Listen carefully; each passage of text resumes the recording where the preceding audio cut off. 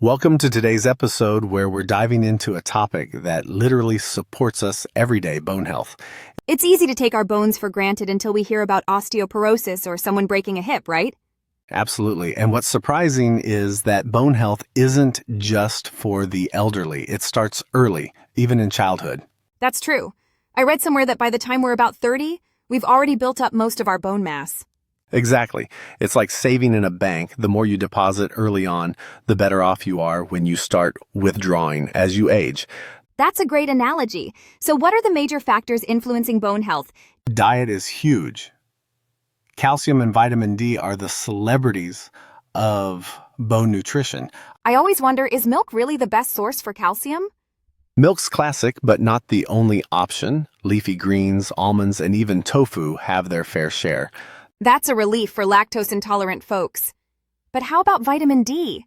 It feels almost mythical nowadays. Sunlight is the best natural source, but many people don't get enough, especially in winter. So supplements can help, but they're not a magic bullet, right? Right, there's no shortcut. Lifestyle matters just as much. Think weight-bearing exercise. Like jogging or dancing? Exactly. Anything that makes your bones work. Even brisk walking counts. So, sitting at a desk all day isn't doing our bones any favors. Unfortunately not. Bones are like muscles. They need stress to get stronger. That's probably why astronauts lose bone density in zero gravity. Spot on. Without gravity, their bones don't get that regular stress. What about other risk factors? Genetics must play a role. For sure. If osteoporosis runs in your family, it's wise to be extra proactive. And I suppose age is a factor we can't escape. True, bone density naturally declines with age, especially after menopause for women. Why do women have it harder? Estrogen helps protect bone mass. After menopause, estrogen levels drop, so bone loss speeds up. That explains all the talk about hormone therapy and bone health. Yes. Though hormone therapy isn't for everyone, it's a conversation with your doctor. Speaking of doctors, how do people even know if their bones are healthy? Bone density scans are the gold standard, especially for older adults or those at risk. Can you feel it if your bone density is low? Not really. It's called the silent disease for a reason. Often people don't know until they break a bone. That's a bit scary. Prevention really is key then. Absolutely. Small steps add up. Think of it like brushing your teeth for your skeleton. So daily habits really matter. But what about supplements? Is more always better? Actually, overdosing on calcium or vitamin D can have side effects like kidney stones. So moderation is important, even with good nutrients. Exactly. Balance is everything. A varied diet, regular exercise, and keeping an eye on risk factors. I'm curious, does caffeine or alcohol impact bone health? Too much caffeine can reduce calcium absorption, and excessive alcohol can interfere with vitamin D balance.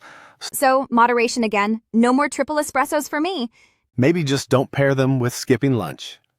Good point. And speaking of lunch, what about protein?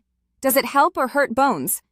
Protein actually supports bone structure, but extremes like very high or low intake can be harmful. So, variety really is the spice of life, even for bones. Exactly. And don't forget about magnesium and vitamin K. They're like the behind-the-scenes crew. It's funny, we often focus on the stars, but the supporting cast is just as important. Definitely. One salad isn't going to save your bones, but long-term habits will. What about bone health myths?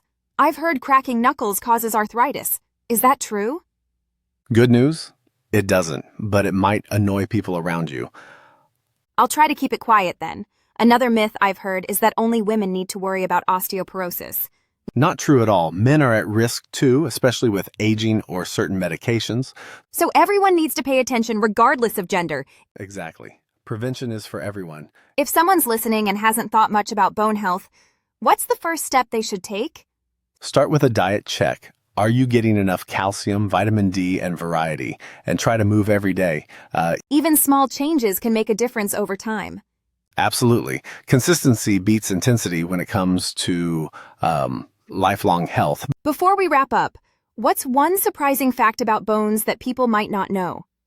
Bones are constantly being broken down and rebuilt, a process called remodeling. Like a home renovation that never ends.